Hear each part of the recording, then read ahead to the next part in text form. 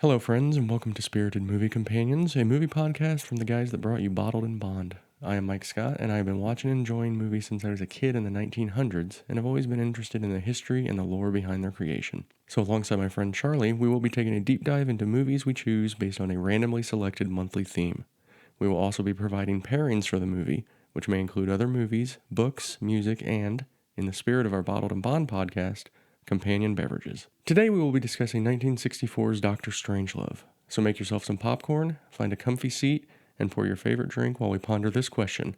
Are we maintaining the purity of our bodily fluids? This is episode 7, Dr. Strangelove.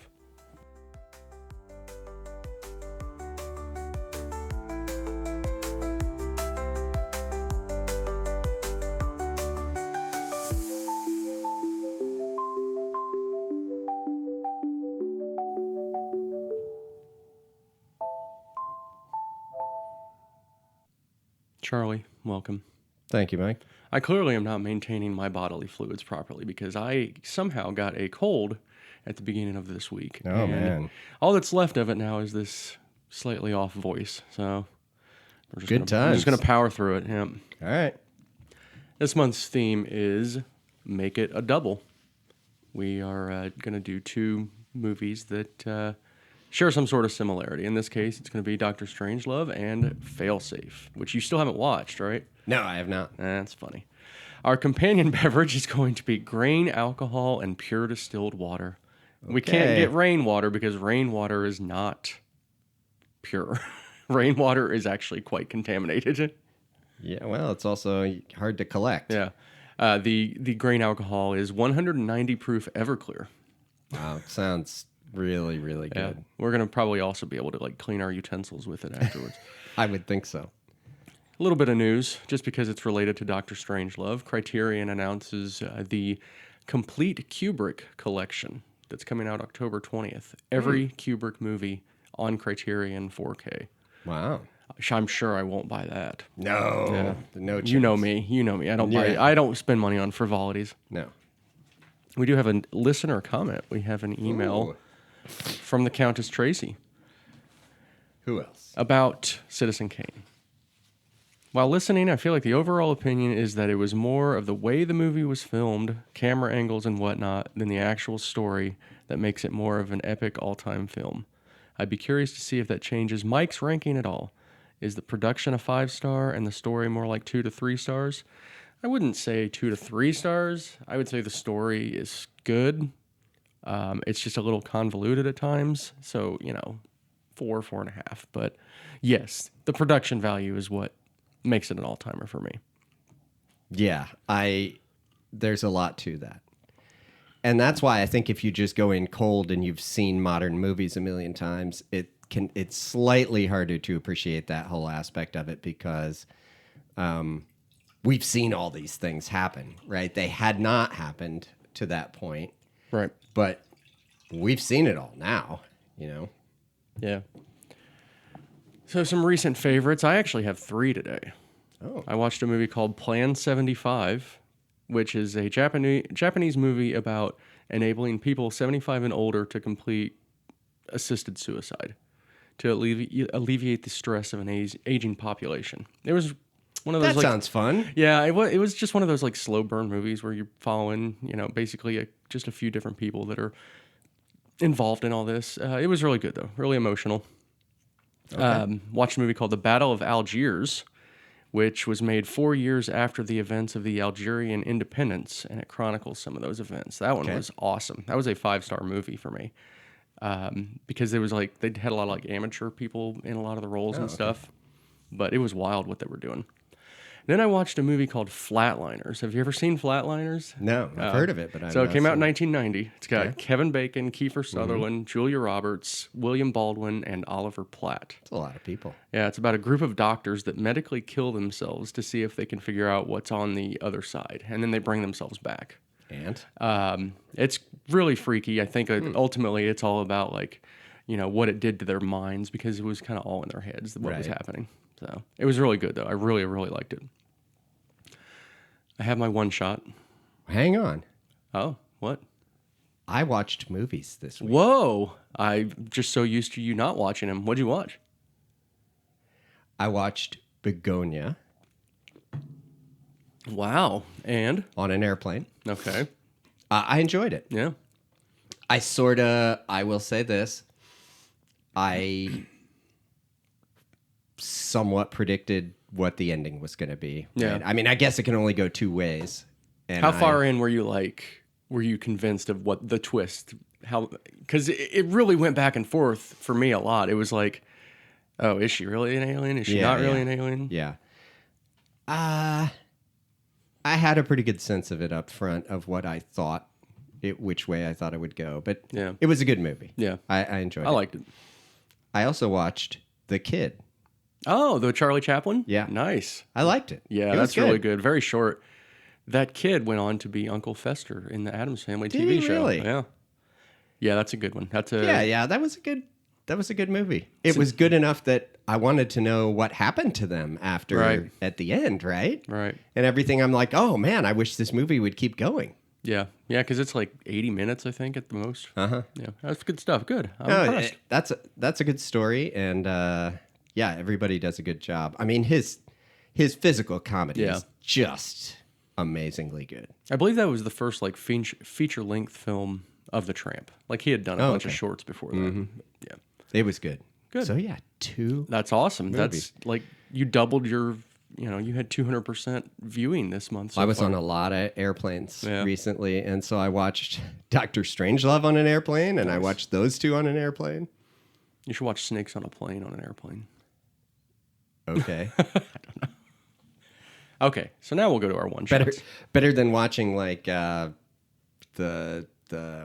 what's that stupid thing called? The one where the roof falls off of the plane. Well, I don't like that, but the one where Forrest Gump is stranded on the island with his soccer Castaway. ball. Yeah, I haven't seen Castaway in forever. I've seen it one time. Here's my one shot. American cowboy disqualified from the rodeo for not riding the minimum 8 seconds. Did you have one? I do. Hang on, I need help. This movie helped me have a pretty good weekend in Vegas. Nice. I have some background about that too. We'll get to that eventually. All right. Just for listeners of the show. So I did watch this on an airplane while I was, coming back from Las Vegas. Yeah. And I had to write my notes in a separate notebook. Oh man, now we have two that's what I had notebooks. with me. Now, there are also some work notes in here. Oh. So I'm going to take the pages out, and they will be part of an addendum to the regular movie notebook. The one that'll eventually be in a museum. No, I thought we were auctioning it off, for some kind of, I don't know. Yeah, for charity. The charity being or us. Yeah. I don't know. Either way. because it's gonna get millions. We know it's gonna. Obviously. So we can probably do both. Yeah, we'll give a little bit to charity. Yeah, probably do both. She's But, really nice, so we should give her a little bit of money. We should. So this will be included. I just want to make sure everybody realizes that. Okay. I'm glad that we let our listener know. Yeah, exactly. Here's the background on this one. After a career as a photographer, Stanley Kubrick earned some success as a director in the 1950s, making movies such as The Killing and Paths of Glory. He had even bigger success with two movies from the early 60s, Spartacus and Lolita. Oh, okay. Frustrated with studio and censor interference, especially on Spartacus, Kubrick moved to England and sought full creative control over his films. He became fascinated with rising nuclear tensions, reading dozens of books on the subject. He decided his next movie, the first of which where he had extensive creative control, would be based on a book in this vein titled Red Alert by author Peter George, who was writing it as Peter Bryant. I was trying to find the book, and I kept saying Peter George and then Peter Bryant. It's the same guy. Initially seeking to make a serious adaptation, Kubrick eventually decided it should be a nightmare comedy. Because what can you do besides laugh in the face of complete annihilation? Right. After learning that a similar movie was going to be made, based off the book Failsafe by Eugene Burdick and Harvey Wheeler, Kubrick sued for plagiarism, ultimately ensuring that Dr. Strangelove would be released months before Failsafe and that marketing for that movie would be limited. And that's why that's the double feature. Interesting. once you watch Failsafe, you're going to be like, wow, this is insane. Okay. Here's our cast. We have Peter Sellers as Group Captain Lionel Mandrake, as President Merkin Muffley, Nice. and as Dr. Strangelove. George C. Scott as General Buck Turgidson. Turgid describes something that is swollen, distended, or inflated. So all the Yes. names are just goofy. Usually applied to one specific thing. Yeah. Sterling Hayden as Brigadier General Jack D. Ripper. That one writes itself. Yeah. Keenan Wynn as Colonel Bat Guano. And the interesting thing about that guy, he was Chester Copperpot in The Goonies, which was not a character that actually like had speaking roles or anything. It was just pictures of Chester Copperpot going to look for the treasure. And that was him. And if you know what guano means, it's very funny. Yes, yes. Slim Pickens is Major T.J. King Kong, also well known for Blazing Saddles, of course. Peter Bull is... And 1941. Oh, someday maybe. Peter Bull as Soviet Ambassador Alexei de Sadetsky. Nice. James Earl Jones as Lieutenant Lothar Zog. Also, that guy, James Earl Jones, he's also well known for playing a professor in a movie called Soul Man. Oh, that's where I knew him from. Yeah. I knew I'd seen him in something. Here's the one I added. I didn't actually have him on here originally, but then I saw his face. Wasn't he some kind of royalty? He was the king of Zamunda. He was the king right? of Zamunda, yep. He was also the father in Lion King. He was. Yeah. Shane Rimmer as Captain Ace Owens. So he was one of the ones that was on the bomber. He appeared in 4 Bond movies, most notably as the USS Wayne submarine captain in The Spy Who Loved Me. He's the one that says... Really? He's the one that says, "What's the matter, sailor? You never seen a major taking a shower before?" That's awesome. Yeah, that was pretty cool. Directed by Stanley Kubrick. Directed all-timers. I mean, 2001, Clockwork Orange, Full Metal Jacket, The Shining, Barry Lyndon, Eyes Wide Shut. A lot of really, really good movies. Screenplay by Stanley Kubrick, Terry Southern, and Peter George. Music by Laurie Johnson. Cinematography by Gilbert Taylor. And production design by Ken Adam of very famous Bond fame. Dr. No, Goldfinger, Thunderball, You Only Live Twice, Diamonds Are Forever, The Spy Who Loved Me, Moonraker. So all those cool, big, villainous layers that we always talk about. That makes sense because he made The War Room. You look at The War Room, it's got that same kind of vibe. Moonraker. Nice.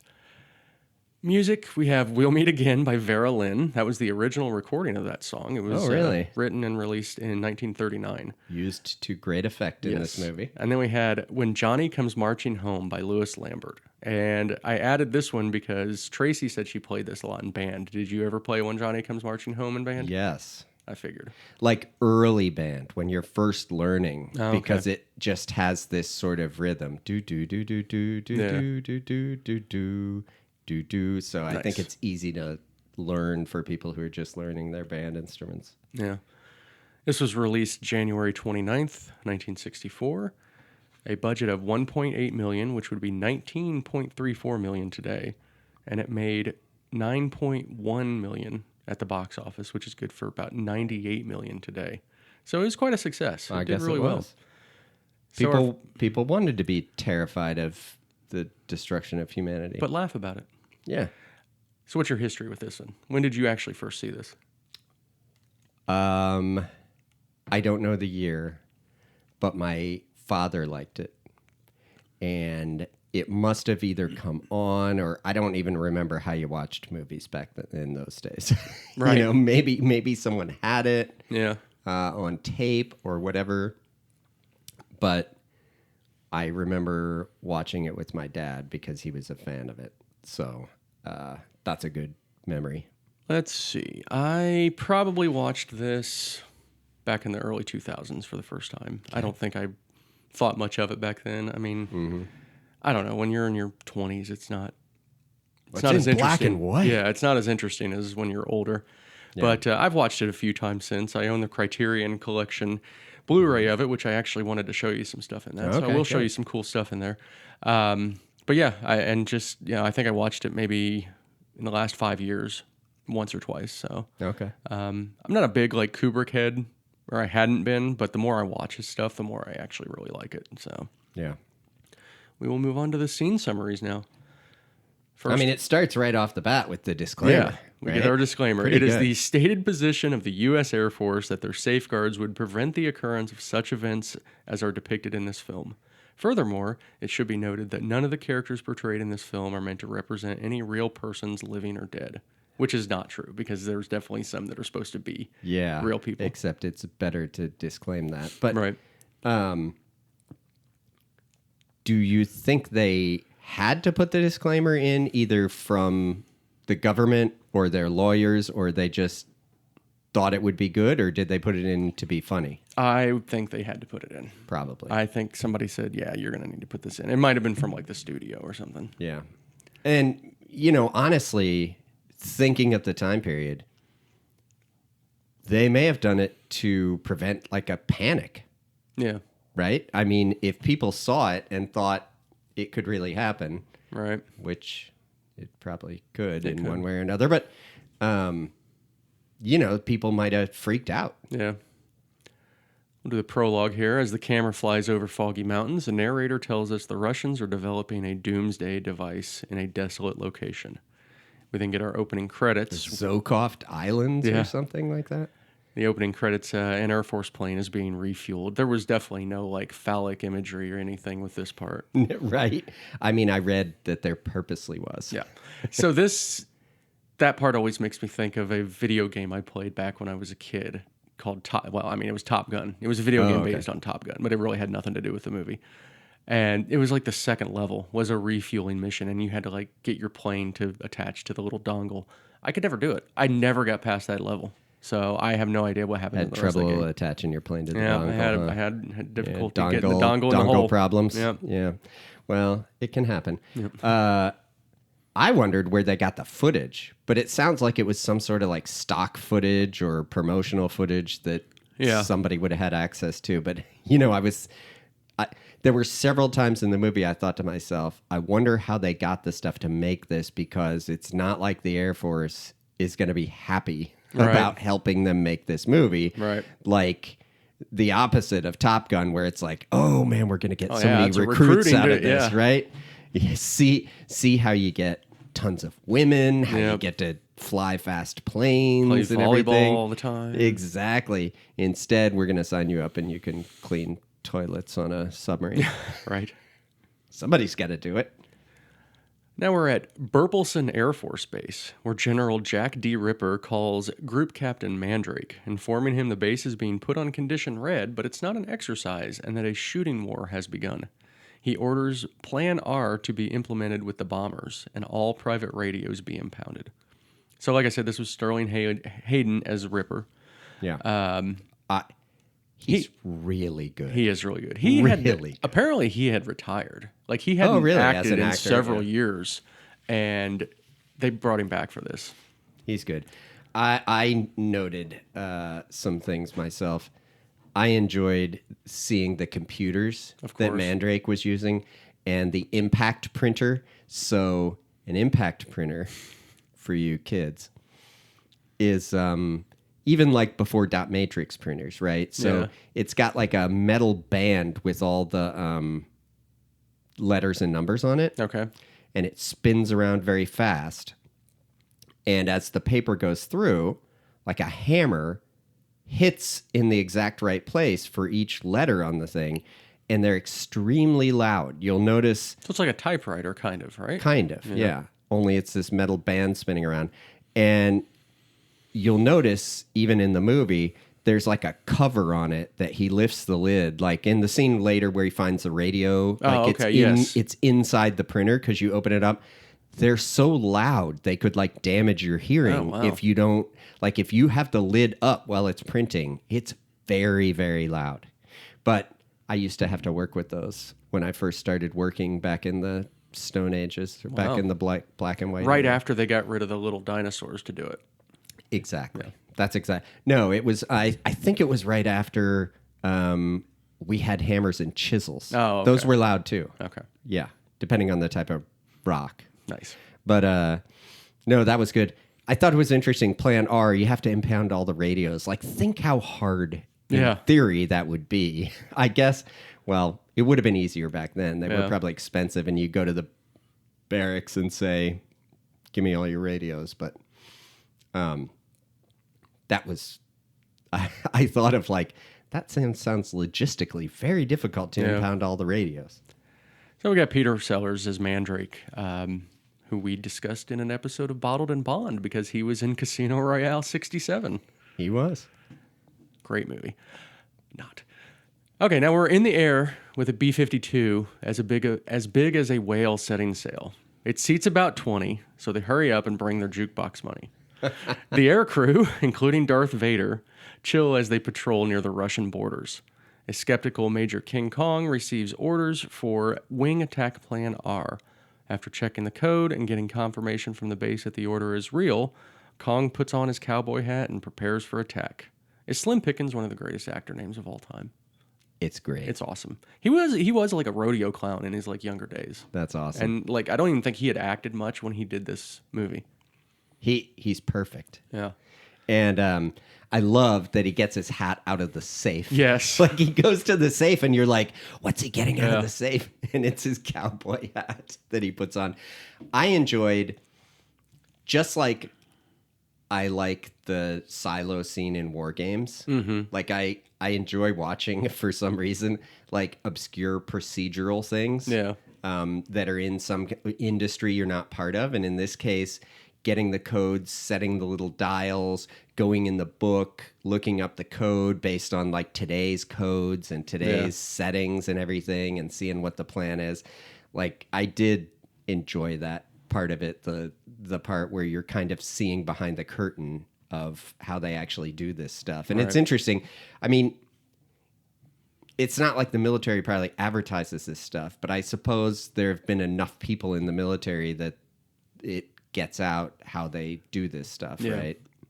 I read or watched a little documentary or something about they didn't get permission from the Air Force to build this plane. They didn't, so they got the plans for it somewhere, and then they had like Air Force officials come and look at it, and they were blown away at how accurate it was. Yeah, they had like some promotional material with just a few photos taken, and then they made the plane. When you go to like an aircraft museum, it's fascinating to me, like even for a bomber like that, how cramped it is because most of the room is taken up by bombs. Well, we went to the one in Dayton. Yeah. When we went to the, what is that called? We did. Is that the Air Force Museum? Yeah, Air Force Museum. Yeah. Yeah, it's crazy. And it's great. I mean, you have to like climb up over the top and crawl through like holes. I mean, even there, they just had that little hole in the floor with a ladder that people went up and down through, right? Like they don't waste space on like nice grand staircases to go up and down and big hallways and stuff. It's like this plane is meant for bombs and we'll squeeze some humans on here to drop them. Yeah. Some interesting little tidbit about King Kong is Peter Sellers was actually originally going to play Kong also, but he seemed reluctant to do so and may have even intentionally injured himself in order to get out of playing the part. Oh, wow. He spent all this time learning a Texan accent because that was one of his fears, and then he still didn't want to do it. So well, it was a good choice. It worked to get out. Slim Pickens. Slim Pickens is fantastic, and I read somewhere that they basically didn't tell the people in the acting in the plane that it was a comedy. Like they let them play it straight, and he does a great job playing it straight and just doing, what he's supposed to do. Doing what he's supposed to do, and the number of things they have to get through to be successful. And all the time you're going, oh, don't be successful. But every single piece of their training they're using. Yeah. So we see King Kong looking at a Playboy, and the centerfold isn't Angel, but it is Turgenson's secretary, Miss Scott. That's the same person. That's funny. Yeah. So now we go to General Buck Turgidson, dropping a bomb of his own while catching up on some paperwork with his bikini-clad secretary, Miss Scott. He receives a call from Colonel Freddie Puntridge about Jack the Ripper's actions. Unlike James Bond, the general refrains from more slap and tickle before leaving to do his actual job. Yet another perfect casting is George C. Scott. He is really perfect. Amazing in this. He was only like 34, 35. Was he really? Yeah. People look older in old movies, but I love she's under the sun lamp with the bikini on and everything. Yet they're quote unquote catching up on paperwork. Right. Yeah. And he was indisposed in the powder room for quite a long amount of time. He was. Back at the Air Force Base. Yeah. Go ahead. Is this when he's gotten called back and he has to go back? Like they called and they tell him he has to go back and she doesn't want him to go. Yes. And he tells her to start her countdown. That's right. So now we're back at the Air Force Base where Ripper is on the intercom warning the troops about the potential communist invasion. He says, shoot first, ask questions afterwards. Yes. You know, I'd rather have a few dead civilians or a few casualties than the commies taking over the base or whatever. Yeah. So on the B-52, the crew is given their attack profile, which will drop a nuke on an ICBM factory. I wonder if any of the target references were all these like 3-letter codes and stuff. Unfortunately, none of them were Yankee Hotel Foxtrot. No, we did the code book code was set to FGD 135, but no Yankee Hotel Foxtrot. I did like the speech that King Kong gives to his men about what they're about to do when they get the order and everything, and the music they're playing behind it, like the patriotic music, and I really was waiting for for him to go, I will not sit here and listen to you badmouth the United States of America. Gentlemen. What is that? Animal House. Oh, duh. That's right. When they're The on trial. trial. Yeah. Yes. Back at the base, Mandrake tells Ripper he believes the Pentagon is pulling their leg. Eventually, he realizes Ripper has lost his mind and the Russian invasion is not real. Ripper believes Russia is poisoning Americans' precious body fluids. And this is where we're going to take our quick break to get our very, very elaborate drink of grain alcohol and distilled water. All right.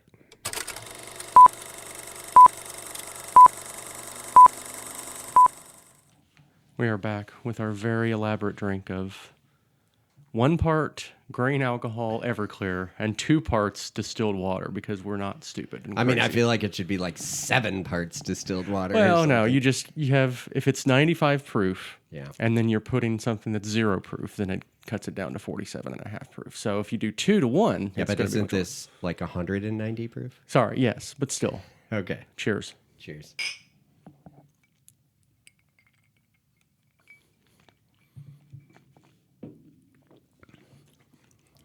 I mean, what's to say? It's like we took some rubbing alcohol and mixed it with water. Yeah, there's no real enjoyment to be No, had from there's that. not. Except that I feel like my bodily fluids are still Yes. undisturbed. Yeah, it's purifying your essence too.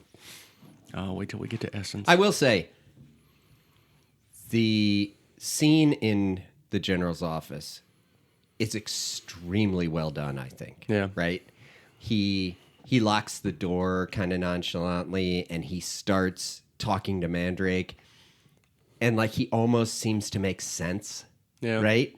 He almost seems to make sense, but as the conversation goes on, like it just gets slightly the madness off course. creeps in, yeah. But the angles they did, like angling up while he's got that cigar in his mouth and he's talking to him and they're angling up at his face, his facial expression is like you totally Yes. believe him as a general, don't you? Oh, yeah. 100%. And I like his thing about war being too important to be left to politicians, right? Right. They say war is too important to be left to generals, but war is too important to be left to politicians. We have to stop the international communist conspiracy to infect all of our bodily fluids. So psychotic. Yeah, I like that his cigar cutter is just a switchblade that he pops open to cut a cigar. I know. That's awesome. But and then Peter Sellers as Mandrake, like as his expression and the way he's reacting go from like mild befuddlement all the way to, oh my We're gonna God, die. We're going to die. This Yeah. guy is nuts. We now go to the war room, where President Merkin Muffley, who bears a resemblance to Adlai Stevenson, convenes a meeting to understand what is happening at the Air Force Base. Turgidson informs the president of Ripper's order of Operation Dropkick, which is to attack targets in Russia. Plan R is a retaliatory safeguard that allows a lower rank to use nukes as a sneak attack. It also prevents communication with the aircraft ordered to strike. They are unable to reach Richard to rescind the order. Muffley blames Turgidson for the fiasco, who then receives a phone call, to which we get our memorable line, "I told you never to call me here. Don't you know where I am?" And it's his secretary, Miss Scott, calling him. And even better, the conversation goes on. Yeah. And he tells her that he's like, I deeply respect you as a human being. you will be Mrs. Buck Turgensen soon. He's like totally talking her down from obviously her being very upset about why he hasn't come back and whether he's ever going to marry her, which he probably isn't. But that scene is really good. There's a lot of good stuff that happens in this scene. First of all, you get to see the war room, and it's great. Ken Adam. Yep. The blinking Russian map and everything like that is really, really with good. The planes going towards Russia and everything. Yeah. And it's really, they talk about how they're trying to contact the plane. Yeah. And the code, they don't have the code because it's only in the code book between the general and the plane what the code is for them to respond to. Yeah. And he talks about how if they tried every one, it would take 2 days to try them and transmit them. And I did read a thing that said at a rate of like every 10 seconds, that's basically how long it would take for them to actually Good try math. all those codes. And but the letter they read from the general that when he called the base to tell him what he's doing, and he ends the letter in true health through the purity of our natural fluids. He's and got a thing. All of them just like look at each other like, what on earth is happening? He's a psychotic. So I read that the president was originally supposed to be like a very ill individual, but Kubrick decided it was better for Muffley to be the straight character and the sanest one in the room. So that's I think why he it does played work. Yes. Like he's actually trying to do something and he realizes how ridiculous this whole thing. And one of the best an example of that, he just goes, he's a psychotic. And George C. Scott says, I'd withhold judgment until all the facts are in. Yes. Like, he started a nuclear war and we're all going to die, but like, let's wait and just see. Right. I mean, and then he is going on about the program and he's asking Turgidson about like, didn't we have this program where we measured everybody's mental health? And he's like, how did this happen? And Turgidson's like, now, I wouldn't condemn the whole program due to one slip up. Yeah. I mean, George C. Scott doing everything in the war room with him is just phenomenal. And did you read this? That Kubrick basically forced him into overacting. And George C. Scott was like pissed. He didn't want to do it. And then when he watched the movie, he considers it one of his best performances. And I can see why his acting is perfect. Yeah. He is the perfect overconfident general who says all these things. I mean, it just works out perfectly against the president's like total normalcy. Yeah. I think I had a big misconception about George C. Scott for a long time. I thought he was kind of like a John Wayne kind of guy. Oh. And no, he was always like a phenomenal actor, did a bunch of Shakespeare. Yeah. Have you ever seen... I think because he did Patton, you think he's just like this tough I think he's guy, like right? that. Have you ever seen Anatomy of a Murder? No. The James Stewart movie? He's really good in that too. It came out a few years before this one. Yeah. So Muffley orders Ripper to be arrested. The general, in 1 or 2 or 6 points, advises the president to launch an all-out attack on all Russian bases, which would allow for modest and acceptable American civilian casualties. I wrote that down. Modest and acceptable. No more than 10 to 20 million people. Yeah. We're back on the B-52 where the crew is checking their supply. I like how he goes, the president doesn't like that, and he goes, well, I'm not saying we wouldn't get our hair mussed. Hair mussed, yes. And then but it'll be no more than 10 to 20 million. He also said, the president says something like, I will not go down in history as the greatest mass murderer since Hitler. And he's like, and Turgidson's like, this isn't about you. Stupid. It's a great scene. Yeah. Back on the B-52, the crew check their supply bags as Kong reads off the inventory, which includes 3 lipsticks and 3 pairs of nylon stockings. Okay. Yeah. Okay, so this is Well- the part where Kong, I'm going to tell this real quick. Kong is talking about a fella having a good time in Vegas. Yeah. This was overdubbed because he originally said Dallas. If you look at him saying it, he's clearly not saying Vegas. It was changed because of the JFK assassination. Oh, yeah. Well, Vegas works, actually. Yeah, it does. The inventory was great. That's a great scene when he reads the inventory. Do you? I had the list of the whole inventory. I didn't have the whole it? list. No, I All just right, let me read it to you. I just like it. I remember one prophylactic. 145 caliber automatic and 2 boxes of ammunition, 4 days concentrated emergency rations, 1 drug issue containing antibiotics, morphine, vitamin pills, pet pills, sleeping pills, and tranquilizer pills, 1 miniature combination Russian phrase book and Bible, $100 in rubles and $100 in gold, 9 packs of chewing gum, 1 issue prophylactics, 3 lipsticks, 3 pairs of nylon stockings. I mean... By the way, I'm holding up and showing Charlie in the gosh. Criterion collection. They always have like little booklets and stuff. The envelope for Plan R. Yeah, but this one's the envelope for Plan R. And it even includes in it the little the Holy Russian, Bible and Russian phrases. That's awesome. Have you ever seen a commie drink a glass of water? Oh my gosh. Well, no, I don't think I have. So yeah. I like when I forgot the one scene in the room is when they're talking about going and getting the Russian ambassador and George C. Scott's losing his mind. Mm-hmm. He'll see everything. He'll see the big board. Yeah. Ambassador Alexei de Sadetsky arrives in the war room, gives the president the correct number to reach the premier, whose name is Kissoff. Yes. Turgidson. I like how they try to give him a Jamaican cigar and convince him that Jamaican And he says cigars. only Cuban, yeah. Yeah. Oh, so what do you say? Like, so an oppressed communist country Yes. is fine or something like he goes, yes, he's talking about the Jamaicans being oppressed. And Yeah. he's like, oh, but oppressed communists are fine.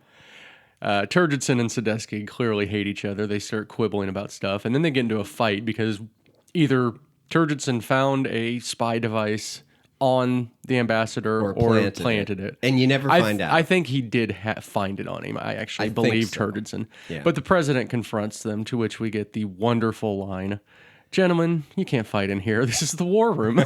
I mean, come on. One of the best lines written ever. Turgidson accuses the ambassador of taking photos. The ambassador accuses Turgidson of trying to plant the camera. The president is distraught at all this misbehaving in the war room. Yeah. Any thoughts on that little part there? Because I don't want to overstep it. Like you've been having. Have we gotten to the part where he talks to Premier? No, that's coming up. Yeah. So No, I got a lot to say about briefly, we go back to the base where soldiers fire on American trucks that are approaching the base. That's right. So here we go. Back in the war room, the president calls the drunken premier with the ambassador on the line. Muffley informs Kissoff of Ripper's orders. Tensions escalate as Kissoff is upset that Muffley never calls just to say hello. Yes. The president says he will help Russia destroy the bombers if necessary.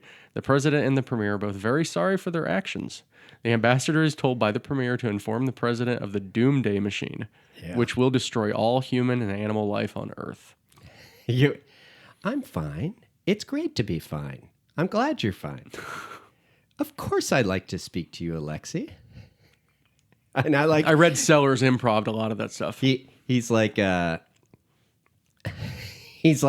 of course this phone call's friendly. If it wasn't friendly, you probably wouldn't have gotten it. Right?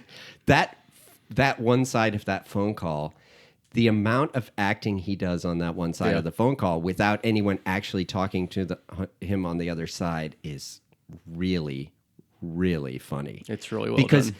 It gives you get the picture of exactly what Kissoff would be saying, and how he would be acting in this, house of his girlfriend drunk, or whatever. I just picture Gogol from the Bond movies, the Russian guy that he always was like with a mistress when they were talking to him on the phone in one of those movies. You remember that? Yeah, I picture kind of the same thing. And at the end, they argue about who's sorrier. Well, I'm sorry. Well, okay, you're sorry too. We're both sorry. Well, okay, I am as sorry as you are. Okay, you're sorrier than I am. He finally ends on. Mandrake, still Ripper's captive at the base, is asked whether he's ever seen a commie drink water. No, just vodka. Ripper believes that the Russians put fluoride in the water to destroy America. As soldiers begin firing into Ripper's office, he pulls out the big gun, literally, to fire back. I also keep a machine gun in my golf bag so I can shoot up the course every time I have a bad shot. That's great. The ambassador back in the war room. The ambassador. Well, hang on. Yeah.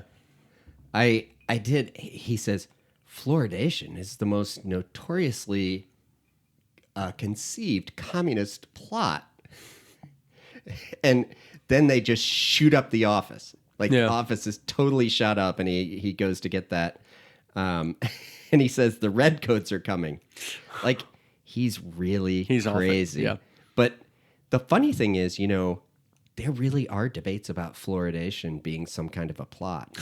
Of course there are. There truly are. There have been, and there still are. And I think even our current administration may have feelings about it. But yes, it's a real thing that people think it's doing something. So back in the war room, the ambassador tells the room that the Doomsday Machine will kill Earth within 10 months because of the cobalt thorium G, which has a half-life of 93 years, is triggered automatically if any attempt is made to turn it off. The ambassador fought against its development, but they proceeded once they learned from the New York Times that the Americans were developing a similar machine. Yes. The president calls for Dr. Strangelove to confirm this. And this is Peter Sellers in his third role of the movie. I wonder if thorium G is a real thing. I didn't look it up. I think it is. I think I did see that somewhere, yeah.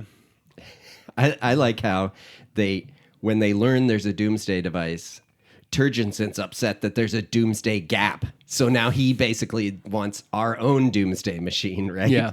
Instead of the more sane thing of nobody should have a doomsday machine. So Strangelove states that it was not a practical device, but that it is possible to make. Turgidson asks what kind of German name Strangelove is, to which another soldier responds, it used to be Merwürdigliebe, which is German for Strangelove. Nice. I liked, did you notice that they talked about the study by the Bland Corporation? Yes. I caught that. It's supposed to be a play on the Rand Corporation, which was always doing things. And I loved Turgison's line, gee, I wish we had one of those doomsday machines. And then he doesn't like Strangelove. He's like a kraut by any name. Yeah. So fighting continues at the base as Ripper returns fire on the advancing troops. Mandrake attempts to hide behind a clearly very bulletproof chair. Gunfire hails down as a sign, "Peace is our profession," can be seen in the background during numerous scenes. Ripper is concerned about the fluoridation of many other consumer products. Mandrake learns this theory was discovered by Ripper during the physical act of love. He learned to deny women his essence in further lovemaking sessions. Outside, the soldiers surrender, much to Ripper's disappointment. His whole little spiel, it's so good because he does such a good job.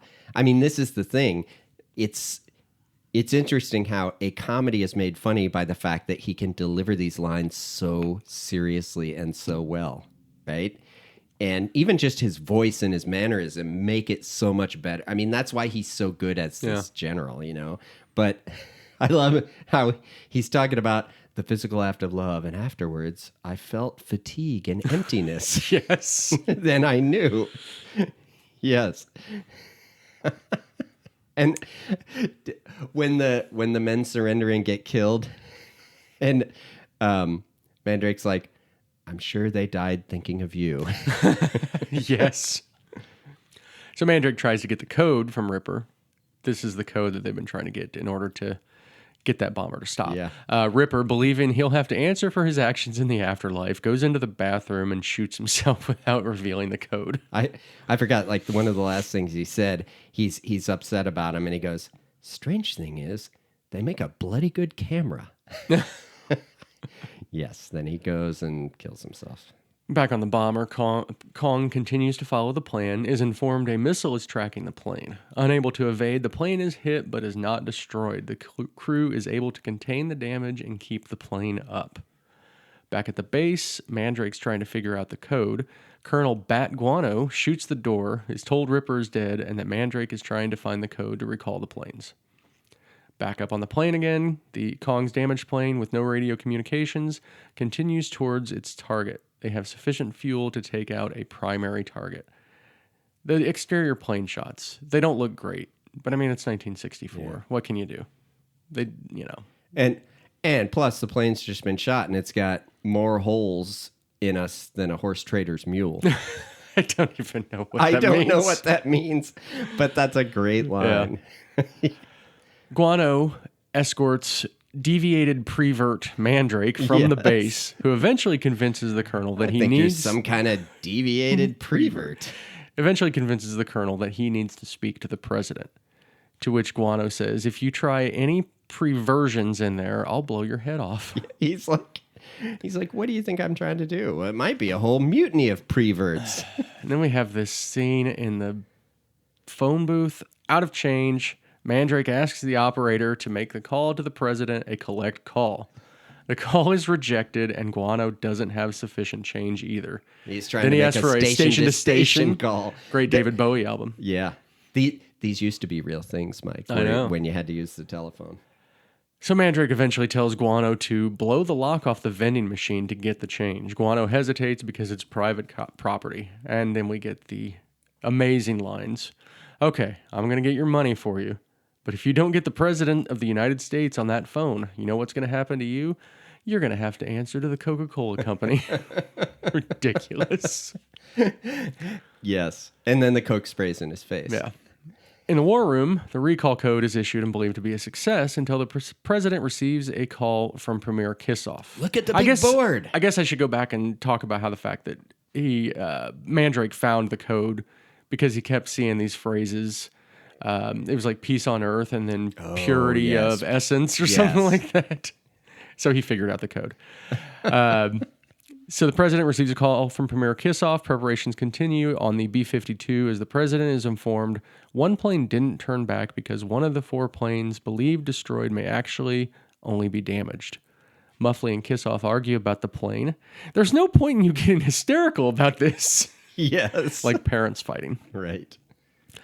On the B-52, the fuel loss is more significant than they thought, so they won't make it to the primary target. They realize they can roam if they want to, so they target 384, an ICBM complex.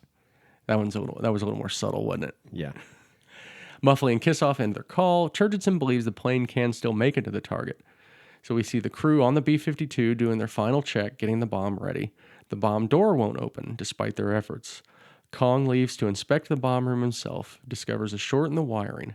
He climbs on the bomb marked "Hi there" to check the wiring. As the bomber approaches the target, Kong fixes the bomb door.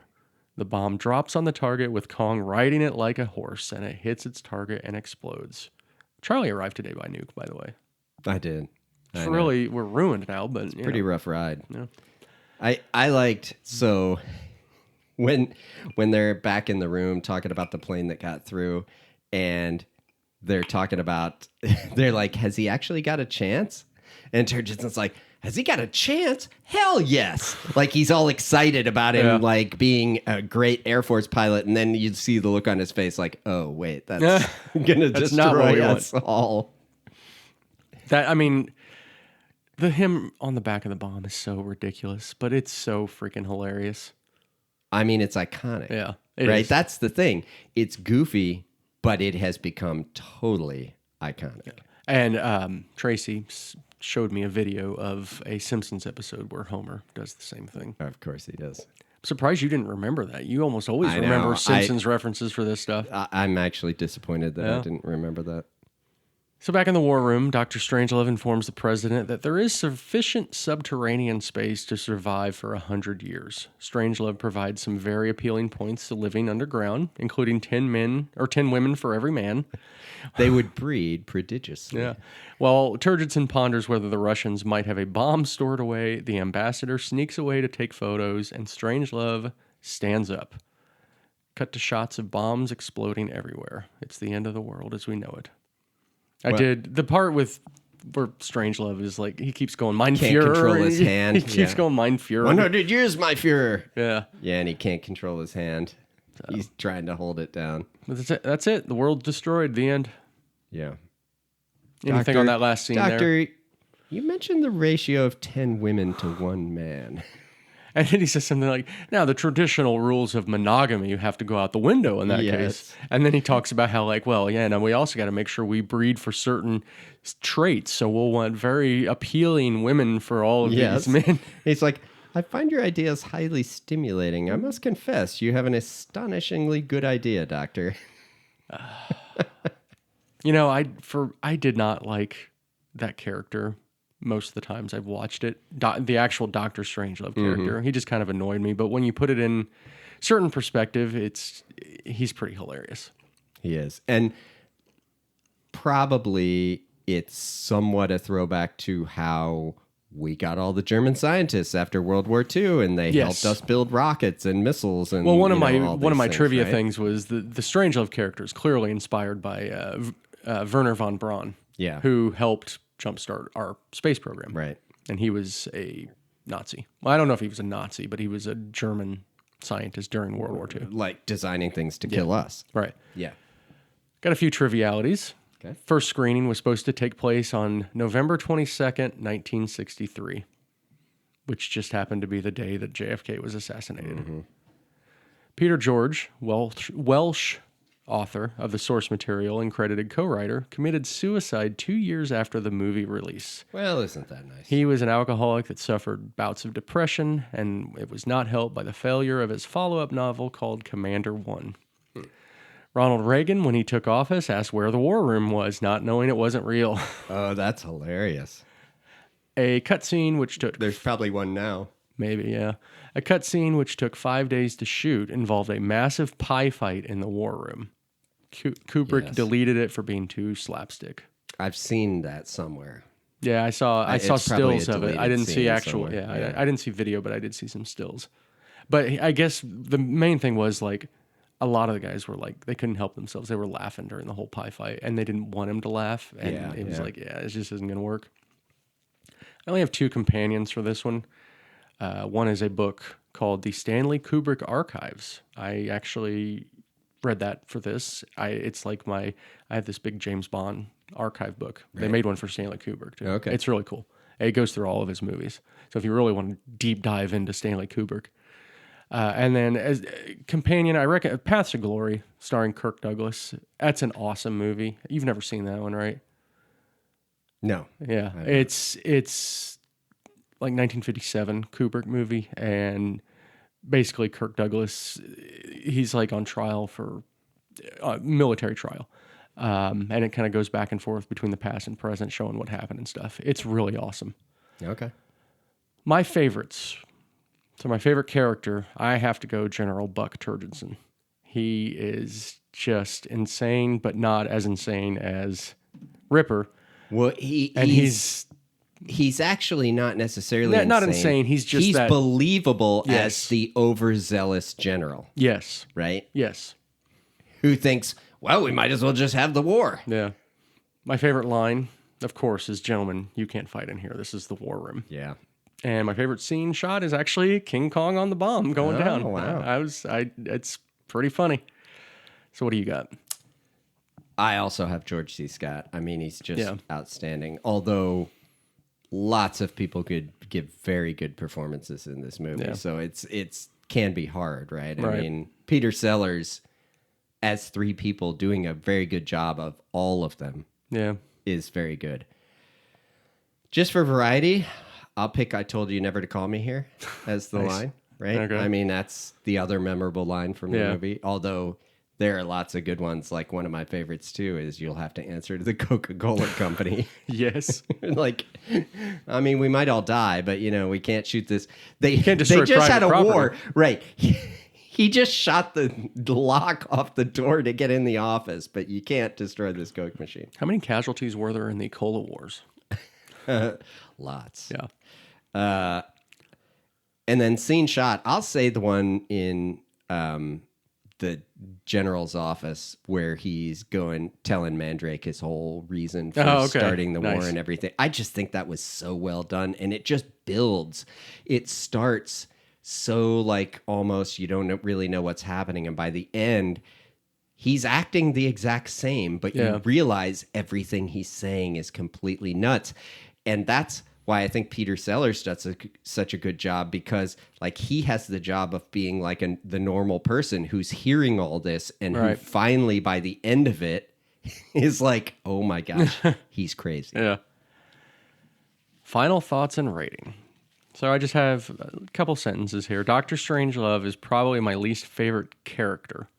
And I feel like the ending scene is just a little sluggish in how they're finishing off the movie. It could be quicker. Yeah. But other than that, I mean, the movie's hilarious and pretty much flawless. So it's a perfect satire. So I think I had it like 4.5 before going through this and doing the research and stuff. But I'm going to bump it up to 5 because, I mean, it's often considered one of the greatest movies of all time. I think the Sight and Sound, which is like the British publication, kind of like AFI, I think they have it in their top 10. I think it might be in the top 10 in the AFI list too. I'm not sure. Maybe it is. But yeah, just the satire of it, it's amazing.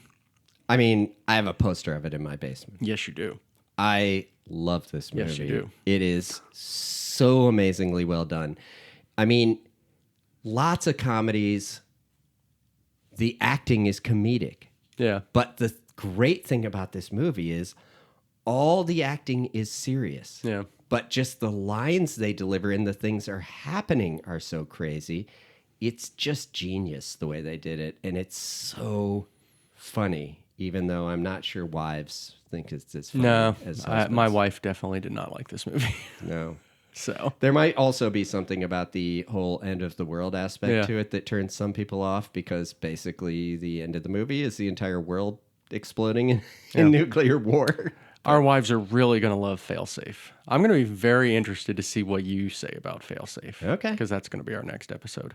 All right. We do have one other thing we got to do this time, because we got to do our theme for next month. Good. All right. To figure out what our August theme is. Okay. So we're going to spin our little wheel. Yeah. And we're going to find out what we're doing in August.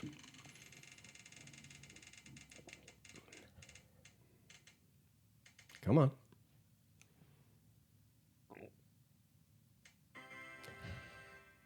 Oh, man. We are doing well drinks. Oh, this is going to be good. This well drinks is with us each picking a crappy movie. Okay. And enjoy a crappy beverage with that movie. I have already got a couple ideas for the movie. Okay, interesting. And you're going to hate them, and that's going to be the point. Okay. Now, do you enjoy these movies you're going to pick in any way? It's one of those things where it's like they're so bad they're good. Okay. So it's going to be very interesting. Like The Room or something? Yes. Right? Like I've never seen that. I've never seen The Room either. Right. That's one of those that's supposed to be so bad it's good. And there have been some other ones like that too. I mean, even like Rocky Horror, which I've never seen, is sort of like the movie is campy. It's not good. Yeah. But it is enjoyable. But it's not totally in that category. I think if I ever picked Rocky Horror, it would be if we did a musical month. Yeah. Because I think Rocky Horror is actually pretty good. Is but it? No, this is one where you pick something that's low rated, bad kind of stuff. All right. Oh man, this is gonna be tough for me to choose because I have two, and I don't know which one I'm gonna choose, and you're gonna hate either one. And we know if we keep doing the show, you'll be able to pick them both. That's at true. Some That's point, true. right? Yeah. Which we will keep doing because basically we're doing this for ourselves, right? And we don't really care if anyone listens. To it. Nobody's listening. There's just crickets. I know exactly. Although some of my coworkers the other day, I happened to mention that. They asked me what I was doing this weekend. I mentioned this and sent the link. So then some new people might listen to it. Well, that'd be exciting. But that's it for now. Thank you, Charlie. All right. Thanks, Mike. We hope you enjoyed this episode of Spirited Movie Companions. If you'd like to send us a message, you can do so at spiritedmoviecompanions@gmail.com. Until next time, make yourself some popcorn, grab a comfy seat, and find yourself a spirited companion. Goodbye.